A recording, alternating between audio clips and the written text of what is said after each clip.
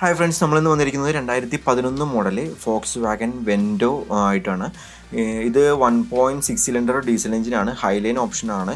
ഇതിൻ്റെ market value വരുന്നത് നമുക്കൊരു 3 ലാഖിനും 3.50 ഒരു 3.5 ലക്ഷത്തിനും ഇടയ്ക്കാണ് ഇതിൻ്റെ മാർക്കറ്റ് വാല്യൂ വരുന്നത്. അതിൽ കൂടുതൽ വിലകളൊക്കെ ഷോറൂമിൽ പറയാറുണ്ട് യൂസ്ഡ് കാറിൽ, പക്ഷെ നമുക്ക് അത്രയും കോസ്റ്റ് ഇല്ല. ഇതിൻ്റെ മാർക്കറ്റ് വാല്യൂ 3.5 ലക്ഷത്തിന് താഴെ മാത്രമാണ്. 2012 ഇതിൻ്റെ ഒരു ചെറിയൊരു ചേഞ്ച് വരുത്തിയിട്ടൊരു മോഡൽ ഇറങ്ങിയിട്ടുണ്ട്. ഹെഡ് ലൈറ്റിൽ നമുക്കൊരു ബ്ലാക്ക് ഷെയ്ഡൊക്കെ കാണാൻ പറ്റും. ഇത് നല്ല നീറ്റ് ആൻഡ് ക്ലീൻ വെഹിക്കിളാണ്. 88,000 കിലോമീറ്റർ ഓടിയിട്ടുണ്ട്. ഇൻറ്റീരിയർ ആണെങ്കിലും നമുക്ക് നല്ല സ്പോർട്ടി ലുക്കും നല്ലൊരു പെർഫോമൻസും തരുന്ന വാഹനമാണത്. ശരിക്കും വെൻഡോ ഈ ഒരു സെഗ്മെൻറ്റിലെ കാറുകൾ വെച്ചിട്ട് വെൻഡോ യൂസ് ചെയ്തിട്ടുണ്ടെങ്കിൽ പിന്നെ വേറെ വണ്ടി നമുക്ക് അക്സെപ്റ്റബിൾ ആവില്ല എന്ന് തന്നെ പറയാം. കാരണം അത്രയ്ക്ക് പവർഫുൾ ആയിട്ടുള്ള എഫിഷ്യൻ്റ് ആയിട്ടുള്ളൊരു ഡീസൽ എഞ്ചിനാണ് വെൻഡോയ്ക്ക്. ഇനി ഇതിൻ്റെ ബോഡി നമ്മൾ നോക്കുവാണെങ്കിൽ എല്ലാ ഡോറുകളോ കാര്യങ്ങളോ ഒന്നും റീപ്ലേസ് ഇല്ല. എല്ലാത്തിലും പേസ്റ്റിങ് കാര്യങ്ങളൊക്കെ നമുക്ക് ചെക്ക് ചെയ്യാം. എല്ലാം ഉണ്ട്, കറക്റ്റാണ്. ഗ്ലാസ്സുകളാണെന്നുണ്ടെങ്കിലും എല്ലാം പെർഫെക്റ്റ് ആണ്. ഇത് ആക്സിഡൻറ്റ് ഫ്രീ വെഹിക്കിളാണ്. അത്യാവശ്യം നല്ലൊരു ഡിക്കി സ്പേസ് ഉള്ളൊരു വണ്ടി കൂടിയാണിത്. ഡിക്കിയിൽ നമ്മൾ നോർമൽ ചെക്ക് ചെയ്യാറുള്ള പോലെ തന്നെ ഡിക്കിയിലും ആക്സിഡൻറ്റ് എന്തെങ്കിലും ഉണ്ടോ എന്നറിയാനായിട്ട് നമുക്ക് ഈ പേസ്റ്റിംഗ് ചെക്ക് ചെയ്യാം. ഇത് ഞാൻ പറഞ്ഞ പോലെ തന്നെ പെർഫെക്റ്റ് ആണ്. ഫ്രണ്ടും ബാക്ക് സൈഡും ആണെങ്കിലും പെർഫെക്റ്റ് ആണ്. ഇനി നമുക്ക് നോക്കേണ്ടത് ഇതിൻ്റെ സ്റ്റെപ്പിനി നല്ല ഒരു അറേഞ്ച്മെൻറ്റ്സ് ആണ്. എന്ന് വെച്ചിട്ടുണ്ടെങ്കിൽ കറക്റ്റ് ഓർഡറിൽ എല്ലാത്തിനും ഒരു സ്പേസ് കണ്ടിട്ടാണ് ഫോക്സ് വാഗൻ ഈ ഒരു വണ്ടിക്ക് കൊടുത്തിരിക്കുന്നത്. ഇനി നമുക്ക് പ്രധാനമായി നോക്കേണ്ട ഭാഗം അപ്രോൺ, പിന്നെ നമ്മുടെ ബോഡി, ഈ ഒരു ഫെഡറിൻ്റെ ഭാഗം, ഈ അപ്പർ ക്രോസ് മെമ്പർ. ഇതിനകത്ത് കൊടുത്തിരിക്കുന്ന ബോൾട്ടുകളൊക്കെ ശ്രദ്ധിച്ചാൽ നിങ്ങൾക്ക് മനസ്സിലാവും. എല്ലാം ഫ്ലവർ ബോൾട്ടുകളാണ്. ഇത് കമ്പനി ബോൾട്ടുകളാണ്. ആക്സിഡൻറ്റുകളൊന്നും ഉണ്ടായിട്ടില്ല. പക്ഷേ ഈ ഹെഡ് ലാമ്പിൻ്റെ സപ്പോർട്ട് ചെറുതായിട്ട് ബ്രേക്ക് ആയിട്ടുണ്ട്.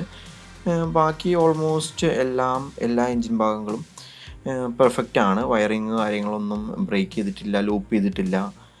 ഇനി ഈ കാണുന്ന ഭാഗമാണ് ഇതിൻ്റെ എൻജിൻ കവർ. നമ്മൾ ജസ്റ്റ് എൻജിൻ മാത്രമേ നോക്കാറുള്ളൂ. ഈ കവർ റിമൂവ് ചെയ്ത് നോക്കാൻ ആരും തയ്യാറാവാറില്ല. ഇത് ശരിക്കും ജസ്റ്റ് ക്ലിപ്പഡ് ആണ്. നമുക്ക് ഇത് റിമൂവ് ചെയ്ത് വെക്കാം. ചില വണ്ടികളിൽ ഇത് ബോൾട്ട് ചെയ്തിട്ടും വരാറുണ്ട്. ബോൾട്ട് നമുക്ക് റിമൂവ് ചെയ്തിട്ടുണ്ടെങ്കിൽ 12-ൻ്റെ ബോൾട്ടോ 10-ൻ്റെ ബോൾട്ടോ വരാറുള്ളത്. അത് റിമൂവ് ചെയ്തിട്ടുണ്ടെങ്കിൽ നമുക്ക് എൻജിൻ ക്ലിയർ ആയിട്ട് വിസിബിൾ ആവും. ഈ ഒരു കൂളൻ്റ് ക്യാൻ നമുക്ക് ഓപ്പൺ ചെയ്ത് നോക്കാം. കൂളൻ്റിൻ്റെ അവസ്ഥ എന്താണ്? ഇത് നല്ല കൂളൻ്റ് ആണ്. ഗ്രീൻ കളർ കൂളൻ്റ് തന്നെയാണ്. ഈ എൻജിൻ കവർ ഓപ്പൺ ചെയ്യുമ്പോൾ കാണപ്പെടുന്ന ഭാഗം എൻജിൻ ഇങ്ങനെയാണ് ശരിക്കും കാണപ്പെടുന്നത്. ടർബോ ചാർജറാണ് ഈ കാണുന്നത്. ഇതിനകത്ത് എന്തെങ്കിലും ലീക്കോ കാര്യങ്ങളോ ഉണ്ടോ എന്ന് നോക്കണം പ്രത്യേകം. വെൻഡോയ്ക്ക് വരാൻ ചാൻസ് ഉള്ളൊരു കംപ്ലൈൻറ്റ് കൂടിയാണത്. ഈ കാണുന്നതാണ് ഇതിൻ്റെ ടൈമിംഗ് ബെൽറ്റ്, പുള്ളീസ്, എൻജിൻ പുള്ളികളൊക്കെ വരുന്ന ഒരു ഭാഗമാണത്. ഇതിൻ്റെ ഉള്ളിലാണ് ഇതൊക്കെ വരുന്നത്. ഇതാണ് ഈ വണ്ടിയുടെ ഡീസൽ പൈപ്പ് എന്ന് പറയുന്നത്. ഇത് ചെറിയ ക്രാക്ക് ഉണ്ട്. പിന്നെ ഈ കാണുന്നത് 4 ഇഞ്ചക്ടറുകൾ. 4 സിലിണ്ടർ എഞ്ചിനാണ്, 4 ഇഞ്ചക്ടർ ഉണ്ടാവും. ഇത് ഓയിൽ ഒഴിക്കുന്ന ഭാഗം. ഇവിടെ കുറച്ച് ലീക്ക് കാണുന്നുണ്ട്. അത് ഡീസൽ ലീക്കിംഗ് ഉണ്ട് 4ാമത്തെ ഇഞ്ചക്ടറിൽ നിന്ന്. പിന്നെ കുറച്ച് ഓയിൽ ലീക്കും ഉണ്ട്. അപ്പോൾ ഈ കാണുന്നതാണ് ഈ പൈപ്പിലൂടെ ഡീസൽ ടാങ്കിൽ നിന്ന് വന്നിട്ട് ഇതിനകത്ത് ഫിൽറ്റർ ആയി കഴിഞ്ഞ ശേഷം ഈ പൈപ്പിലൂടെ പോയിട്ട് ഈ ത്രികോണാകൃതിയിലുള്ള ഹൈ പ്രഷർ പമ്പില്ലേ ഇതിനകത്തേക്ക് പോകും. ഈ പമ്പ് ജോയിൻ ചെയ്തിരിക്കുന്നത് നമ്മുടെ ടൈമിംഗ് ബെൽറ്റിലാണ്. ഈ ബെൽറ്റ് കറങ്ങുന്നതിനനുസരിച്ചിട്ട് ഈ പമ്പ് കറങ്ങും. ഈ പമ്പിൽ കറങ്ങി കഴിയുമ്പോൾ ഹൈ പ്രഷറിൽ ഈ കാണുന്ന പൈപ്പിലൂടെ വന്നിട്ട് ഡയറക്റ്റ് ഇഞ്ചക്ടറിലേക്ക് പോകും. ഇഞ്ചക്ടർ എന്ത് ചെയ്യുന്നു വെച്ചിട്ടുണ്ടെങ്കിൽ ഈ ഫ്യൂവലിനെ വളരെ ലൈറ്റായിട്ട് നല്ല ഫോഴ്സിൽ സിലിണ്ടറിനകത്തേക്ക് സ്പ്രേ ചെയ്യും. അപ്പോൾ ഇങ്ങനെയാണ് എൻജിൻ്റെ വർക്കിംഗ്. ടൈമിങ്ങിൻ്റെ കേസ് അഴിച്ചിട്ടുള്ള ഭാഗമാണിത്. ഈ കാണുന്നതാണ് ടൈമിംഗ് ബെൽറ്റ്. ഇപ്പോൾ ടൈമിംഗ് കറക്റ്റ് ചെയ്തുകൊണ്ടിരിക്കുകയാണ്. ഈ ഇഞ്ചക്ടറുകളെല്ലാം നമ്മൾ ക്ലീൻ ചെയ്തിട്ടതാണ്. ഷോറൂമിലാണെങ്കിൽ നമുക്കിത് റീപ്ലേസിങ് ആണുള്ളൂ. റീപ്ലേസിങ് നല്ലൊരു എമൗണ്ട് കോസ്റ്റ് വരും. പക്ഷേ നമുക്കിത് ക്ലീൻ ചെയ്ത് നമുക്കിത് റീസ്റ്റോർ ചെയ്ത് യൂസ് ചെയ്യാൻ പറ്റും. പമ്പാണെന്നുണ്ടെങ്കിലും ഇഞ്ചക്ടർ ആണെന്നുണ്ടെങ്കിലും കോസ്റ്റ് കുറവാണ്. ടോട്ടൽ നമുക്ക് 25,000-നുള്ളിൽ നമുക്കിത് ക്ലീൻ ചെയ്യാൻ പറ്റും. പിന്നുള്ളത് പ്രധാനമായിട്ട് നോക്കുന്നത് എൻജിനിന് എവിടെയെങ്കിലും ഓയിൽ ലീക്ക് കാര്യങ്ങളുണ്ടാകും.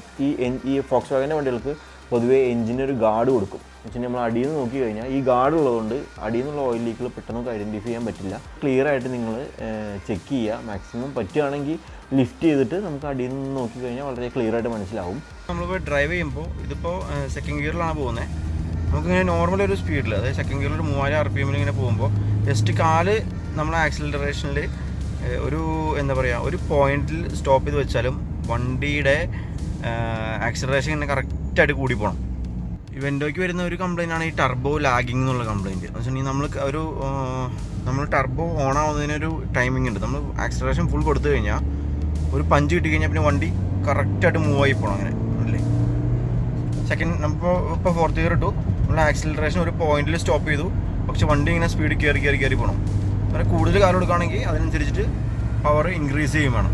ഈ ഇൻക്രീസിങ്ങിൻ്റെ ടൈമിങ്, അതായത് ഈ പവർ ഇൻക്രീസ് ചെയ്യാനുള്ള ആ ഒരു ഡിലേ വരുമ്പോഴാണ് ഈ ടർബോ ലാഗിങ് എന്നുള്ളൊരു കംപ്ലയിൻറ്റ് നമുക്ക് ഉണ്ടാകുന്നത്. നിങ്ങൾക്ക് മനസ്സിലായിട്ടുണ്ടാകുന്ന വിചാരിക്കുന്നു. ഇപ്പോൾ വണ്ടി 4th ഗിയറിൽ പോയിക്കൊണ്ടിരിക്കുന്നു. നമ്മൾ 21,000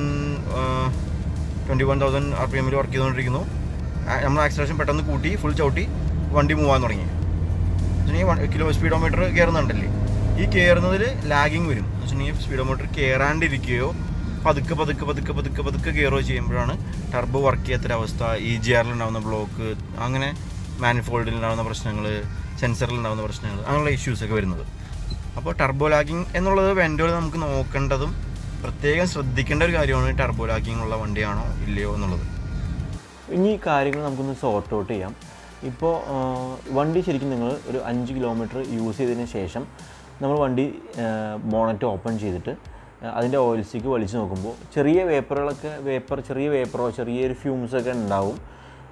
അതിൽ കൂടുതലായിട്ട് പുകയോ അതിനുള്ള ഈ ഓയിൽ സീക്ക് വലിക്കുമ്പോൾ അതിൻ്റെ ഉള്ളിൽ കൂടെ പുകയോ ഓയിൽ തിരിച്ചു വരികയോ ചെയ്യും, ബാക്ക് കംപ്രഷൻ കൂടുതലായിട്ട് ഉണ്ടാവുകയോ ചെയ്യുകയാണെങ്കിൽ നിങ്ങൾ വണ്ടി എടുക്കേണ്ട. കാരണം എഞ്ചിനൊരു 50% കണ്ടീഷൻ ഉണ്ടാവുള്ളൂ. അതുപോലെ തന്നെ ഇഞ്ചക്ടറിൽ നിന്ന് ലീക്കുകളോ കാര്യങ്ങളോ ചെറിയ വൈറ്റ് സ്മോക്ക് കാര്യങ്ങൾ അങ്ങനെയുള്ള കംപ്ലയിൻസ് ഒക്കെ ഇഞ്ചക്ടർ കംപ്ലയിൻ്റ് ആകുമ്പോൾ ഉണ്ടാകുന്നതാണ്. അത് നമുക്ക് ഇഞ്ചക്ടർ ക്ലീൻ ചെയ്യാൻ നമുക്ക് പുറത്ത് കമ്പനിയിലാണെന്നുണ്ടെങ്കിൽ റീപ്ലേസിങ് എന്നുള്ളൊരു ഓപ്ഷനുള്ളൂ. പുറത്ത് നമുക്കത് ക്ലീൻ ചെയ്ത് യൂസ് ചെയ്യാൻ പറ്റും. അപ്പോൾ വീഡിയോ എല്ലാവർക്കും ഇഷ്ടമായെന്ന് വിചാരിക്കുന്നു. ഇതിനകത്ത് എന്തെങ്കിലും മനസ്സിലാവാത്ത കാര്യമുണ്ടെങ്കിൽ കമൻറ്റ് ബോക്സിൽ ചോദിക്കാം, ഞാൻ റിപ്ലൈ തരുന്നതാണ്. പല സെഗ്മെൻറ്റിലുള്ള പല വാഹനങ്ങളുമായി വീണ്ടും കാണാം. സബ്സ്ക്രൈബ് ചെയ്യാത്തവർ സബ്സ്ക്രൈബ് ചെയ്യുക. Okay, thank you.